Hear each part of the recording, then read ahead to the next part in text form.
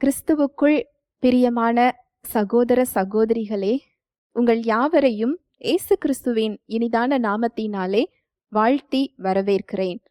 தேவனுடைய வார்த்தை சொல்லுகிறது, சத்தியத்தையும் அறிவீர்கள், சத்தியம் உங்களை விடுதலையாக்கும் என்று சொல்லுகிறது.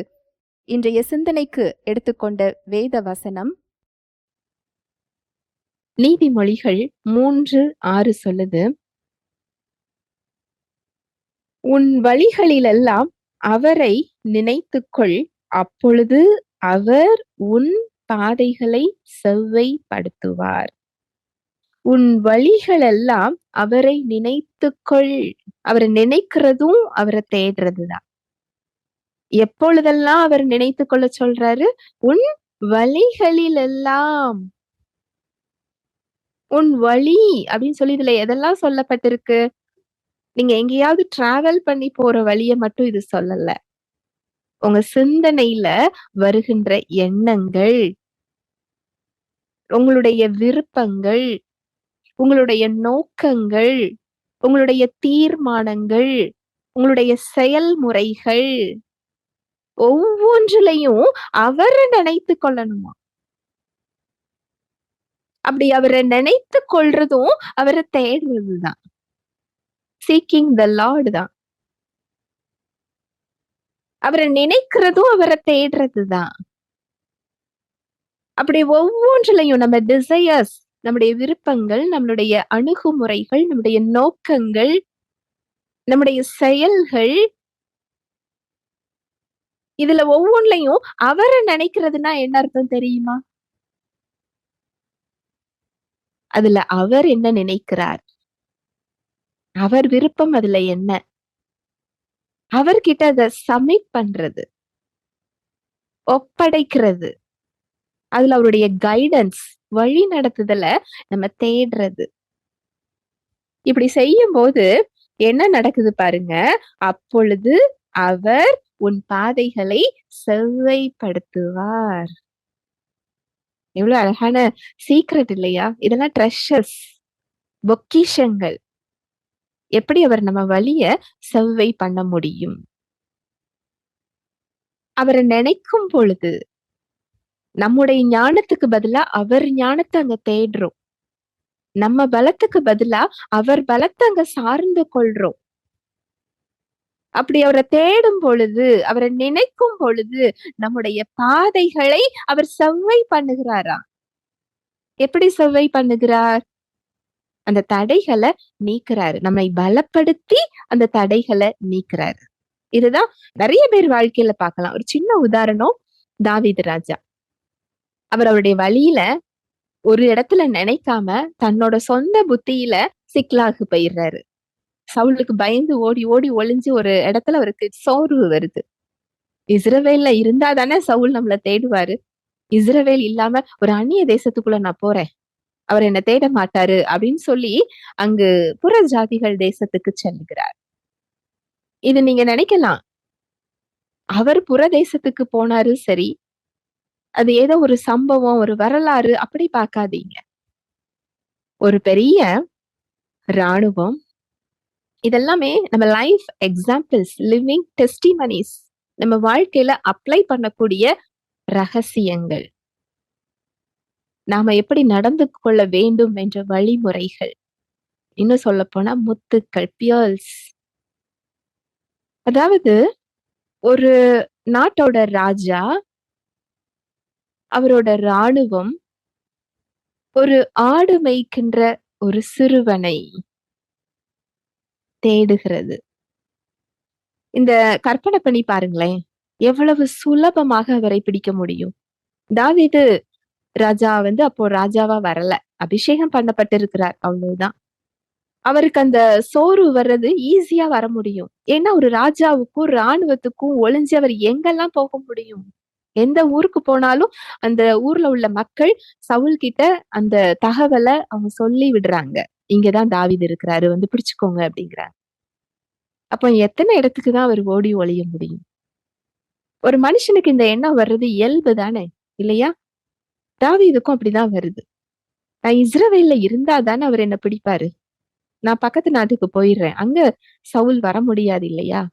அப்படின்னு சொல்லி சிக்லாக் போறார். பெலிஸ்தர்களோட தேசத்துக்கு போறார். எத்தனை பெரிய ஆபத்தாக இருந்தாலும், அவருடைய வழி நடத்துதல்ல இருக்கும்போது, அந்த பாதுகாப்பு அவருடையது. அங்க தாவீதோட மனைவி, பிள்ளைகள், அவர் கூட இருந்தவங்க எந்த ஒரு ஆபத்தும் அவங்களுக்கு வரல. ஆஸ் லாங் அஸ் அவங்க இஸ்ரேல்ல இருக்கிற வரைக்கும். ஆனா எப்பொழுது அவரோட கைடன்ஸ விட்டு போனாங்களோ, அந்த பாதுகாப்ப விட்டு போறாங்க. அவருடைய வழி நடத்துதல விட்டு நம்ம விலகும்போது, நம்ம சுய புத்தியில சாயும் பொழுது, அவருடைய புரொடெக்ஷன்ல இருந்து நம்ம போறோம். பாதுகாப்புல இருந்து நம்ம போறோம். லைஃப்ல இருந்து நம்ம பிரிஞ்சு போறோம். ஏன்னா ஜீவன்கிறது அவர்கிட்ட மாத்திரம் தான் இருக்கு. உலகத்துல ஒரு ஜீவன் இருக்கு. ஆனா அது ஜீவன் ஆகாது. அவரோட ஜீவன் ஆகாது அது. ஒரு ஆர்டிபிஷியல். அது ஒரு குறைவுள்ளது. அது ஒரு வாழ்வு ஆகாது. அங்க சிக்லாகு போறாரு. எல்லாவற்றையும் இழந்து விடுகிறார். கூட இருக்கிற மனிதர்களின் கோபத்துக்கும் ஆளாகிறார். எல்லாவற்றையும் இழந்து நிற்கும் பொழுது கர்த்தரை தேட அவர் தீர்மானிக்கிறார். அழுகிறதற்கு பலன் இல்லாமல் போக மட்டும் அழுதாராம். அழுதுட்டு அப்படியே அவர் போகல. கர்த்தரை தேடுவதற்கு திரும்புகிறார். It's a choice. அது ஒரு தீர்மானம் தான். அவரை தேடும் பொழுது அந்த கைடன்ஸ் அவருக்கு கிடைக்குது. நான் அந்த படைய பின் தொடரலாமா வேண்டாமா கேக்குறாரு. நீ போ, நீ சகலத்தையும் திருப்பிக் கொள்ளுவாய். அந்த கைடன்ஸ். அவரை தேடும் பொழுதுதான் அந்த கைடன்ஸ் கிடைக்கும். நம்ம முன்னாடி நிறைய சாய்ஸஸ் இருக்கும். ஒரு நாளைக்கு ஒரு நேரம் நம்ம அந்த கைடன்ஸ வாங்கி நம்ம தேர்ந்தெடுக்கிறது இல்ல. நம்ம வாழ்க்கையில நிறைய செயல்கள்ல நான் எதை தேர்ந்தெடுக்க போறேன், எதை தேர்ந்தெடுக்கணும் அப்படிங்கிறத நாமளா சுயமா தேர்ந்தெடுக்கிற அளவுக்கு நமக்கு ஞானம் போதாது. அதனாலதான் அவர் வார்த்தை சொல்லுது, உன் முன்னாடி வாழ்வையும் மரணத்தையும் வைக்கிறேன். உன் முன்னாடி ஆசீர்வாதத்தையும் சாபத்தையும் வைக்கிறேன். நீயும் உன் சந்ததியும் பிழைத்திருக்கும் படிக்கு நீ ஜீவனை தெரிந்து கொள். அந்த சாய்ஸ சொல்றாரு. சாய்ஸ சொல்லிட்டு எதை தேர்ந்தெடுக்க வேண்டும் என்ற அறிவுரையையும் நமக்கு கற்றுக் கொடுத்திருக்கிறார். நம்ம வாழ்க்கையில இந்த சாய்ஸஸ் தினம் தினம் வரக்கூடியது. ஒரு நாளைக்கு அநேக முறை வரக்கூடியது. நான் இதை பின் தொடரலாமா வேண்டாமா? ஏன்னா தேவன் அவரோட பலம் அதுல இல்ல அப்படின்னா அவர் பின் தொடர்ந்தாலும் அதை திருப்ப முடியாது. அதை பெற்றுக்கொள்ள முடியாது. அது தாவீதுக்கு நல்லா தெரியும். அதனாலதான் கேக்குறாரு. நீ இப்போ சகலத்தையும் திருப்பிக் கொள்ளுவாய். ஏன்னா அது அவருடைய வழியாக இருந்தால்தான் அது வாய்க்கவும் செய்யும். அங்கு அவரை பலப்படுத்தி அந்த தடைகளை அங்க சரி செய்யறாரு. எல்லாவற்றையும் திருப்பிக் கொள்ளுகிறார். இதுதான் கைடன்ஸ். அவரை தேடுறதுனால இந்த கைடன்ஸ் நமக்கு கிடைக்குது. வழி நடத்துதல் கிடைக்குது. அவருடைய ஞானத்தை நமக்கு கொடுக்கிறாரு. அவருடைய ஞானம் என்ன? அவருடைய வார்த்தை தான் அவருடைய ஞானம். அவருடைய வழிதான் அவருடைய ஞானம். அந்த ஞானம் உலகத்துக்கு பைத்தியமா தான் இருக்கும். அந்த ஞானத்தை நீங்க சூஸ் பண்றதுக்கு உங்களுக்கு ஒரு விசுவாசம் வேணும். ஒரு தைரியம் வேணும்.